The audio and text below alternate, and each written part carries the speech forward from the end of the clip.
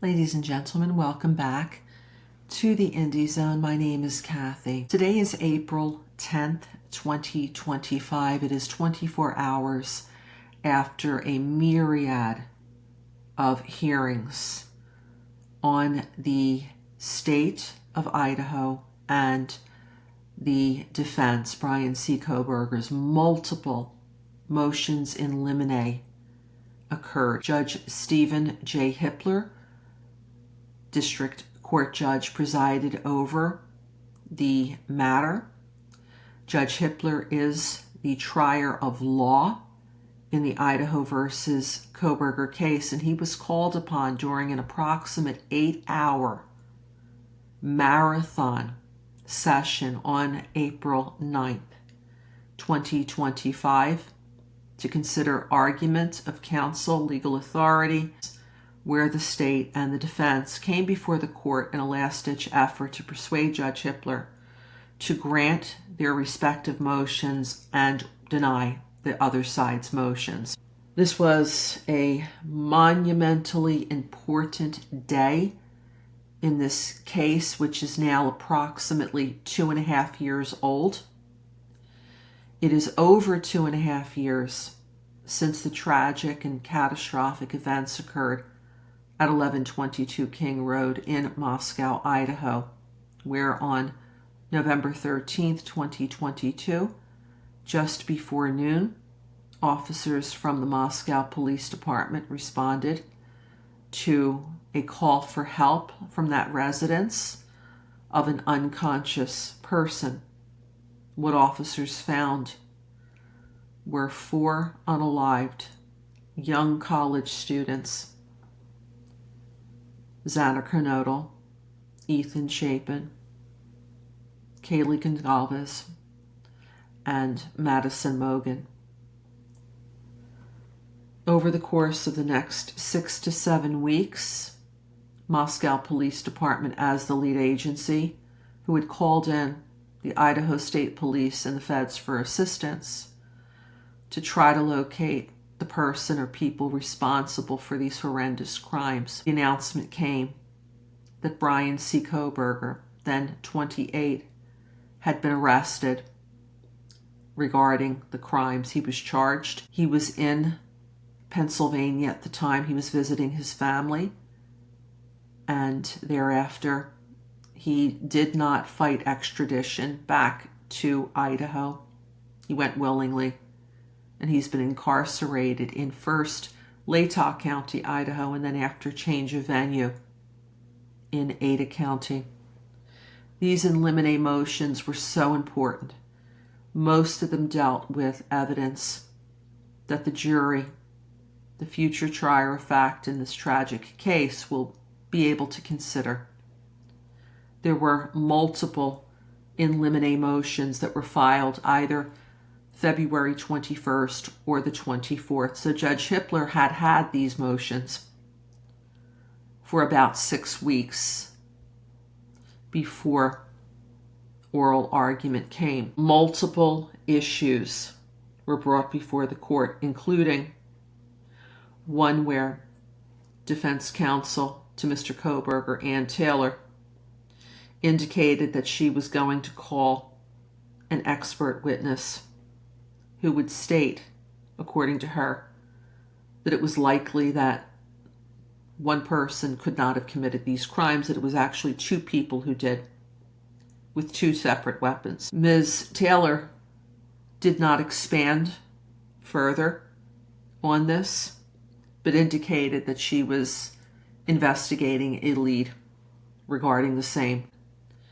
Defense counsel indicated that there were many alternative suspects and that the Moscow Police Department and the state, at its own peril, had essentially tunnel vision by deciding to focus only on Mr. Kohberger. Ms. Taylor at hearing stated that she came across a tip that appeared to be a possible alternative suspect that she was working on with the defense team as rapidly as possible, with voir dire, which is the process of jury selection, coming up very quickly.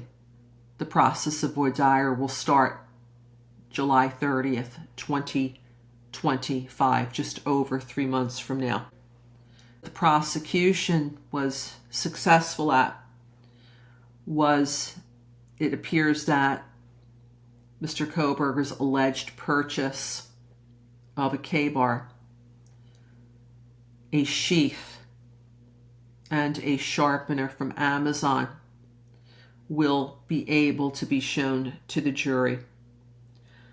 The state is expected to show that Mr. Kohberger allegedly purchased these items several months before the crimes at 1122 King Road, where a K-bar sheath was found on the bed where Kaylee Gonzalez and Madison Mogan were, and that his DNA was found on that sheath, and that was what ultimately led the feds to call in a tip to law enforcement on the 19th of December 2022 that led to Mr. Kohberger's arrest days later on December 30th.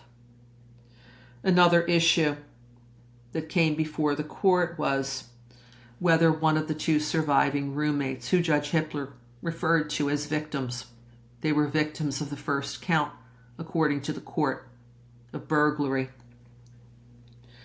One of the issues that was raised in the in limine motions by the defense was that one of the surviving roommates, DM, who said that she saw a masked person, a man, clad in black, in the house at around the time of the crimes, which police have stated is between 4 and 4:20 from November 13th, referred purportedly to this individual as having bushy eyebrows, as well as being a few inches taller than her. She's 5'10", not muscular, but athletic build, skinny, and wearing some type of a black face mask. The defense argued that the state should not be able to mention, to reference that description of the intruder because DM's recollection has been inconsistent.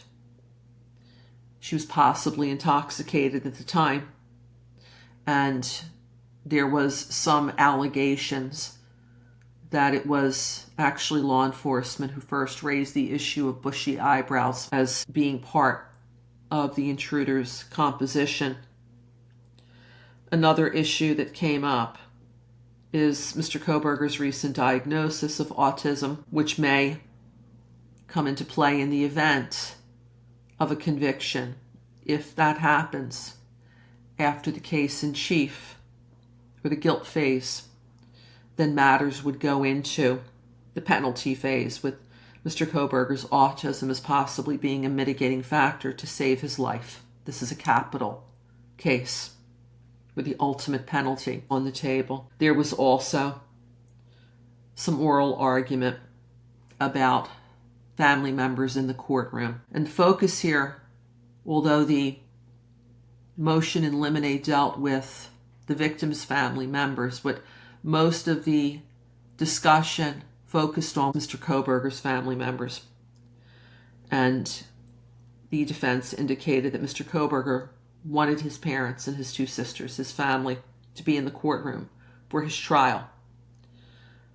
However, the state has indicated that they may call some of his family members to be state witnesses.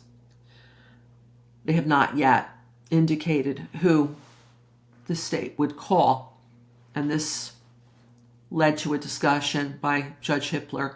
Perhaps the state could call, if they were inclined to, Mr. Kohberger's family members early in the trial and not be subject to being sequestered until they were called to the stand.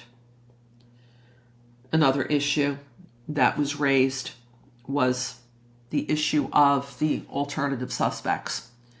And here the state argued that the defense should not be authorized to throw spaghetti at the wall, as the prosecutor called it, but needed to provide proof, offers of proof of who any alternative suspects were. And what Judge Hippler orally stated from the bench, was that he was looking to have a hearing on the matter either at the time of a currently pending matter or shortly thereafter. There's going to be a hearing notice that will be going out. We're not sure if this will be a public or a private event.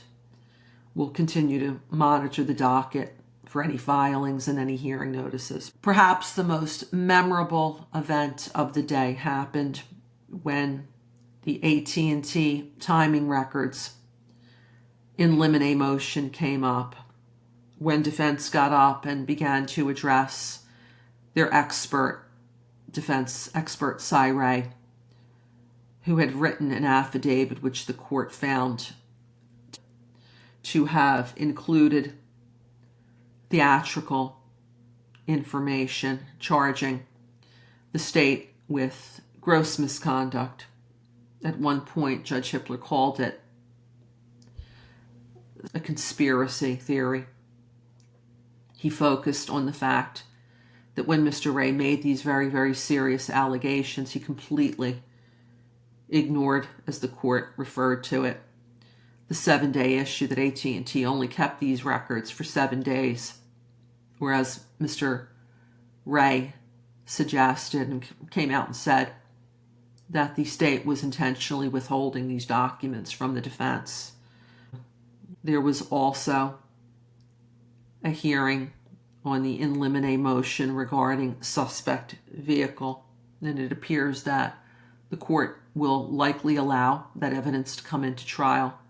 911 call, he was concerned about some hearsay and some double hearsay in the 911 call, and that in limine motion got into a lot of depth regarding what was said during the 911 call just before noon that was placed from inside the home at 1122 King Road. There was also a motion in limine dealing with text messages between the two surviving roommates, between each other, and also to individuals outside of the house. And there was an in limine motion dealing with a college paper that Mr. Kohberger had written some 2.5 years earlier, prior to the crimes, that addressed, in a very sophisticated manner, if you've seen it, crime scene investigation. Judge Hippler ended the marathon session late in the day, and now we await rulings. We await the actual written orders on all of these matters to see what will and will not be permitted to be placed before the jury at the trial this summer. And it will be our honor to continue to cover this case through trial in the names of Xana and Ethan and Kaylee and Madison. This is Kathy. Thank you for joining us here today.